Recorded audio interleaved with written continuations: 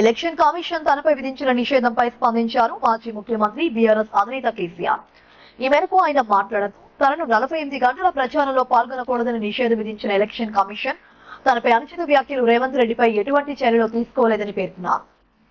తన పేగులు మెడలో వేసుకుంటూ గుడ్లు పీకుతూ అంటూ తనపై అనుచిత వ్యాఖ్యలు చేసిన రేవంత్ రెడ్డిపై ఈసీ ఎటువంటి నిషేధాన్ని విధించకపోవడం శోచనీయమన్నారు. తన మీద 48 గంటల నిషేధం విధిస్తే మీరంతా 98 గంటల ప్రచారం ముమ్మరం చేయండి అంటూ పార్టీ కార్యకర్తలకు పిలుపునిచ్చారు కేసీఆర్.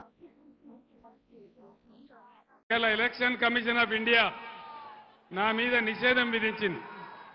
48 గంటలు కేసీఆర్ ప్రచారం చేయొద్దని, ప్రచారంలో పాల్గొవద్దని నా మీద నిషేధం విధించింది.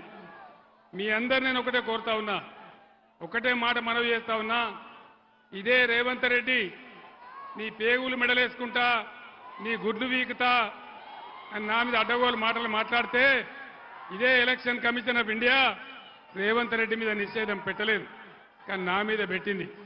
నేను ఒక్కటే మాట చెప్తా ఉన్నా, లక్షలాదిగా ఉన్నటువంటి టీఆర్ఎస్ కార్యకర్తలు వారందరికీ కూడా నేను పిలిపిస్తా ఉన్నా, 48 గంటలు నా ప్రచారాన్ని నిషేధిస్తే మా అన్నదమ్ములు మా టీఆర్ఎస్ బిడ్డలందరూ కూడా దాదాపు 96 గంటలు అవిశ్రాంతంగా పనిచేస్తారని మనవి చేస్తా ఉన్నా.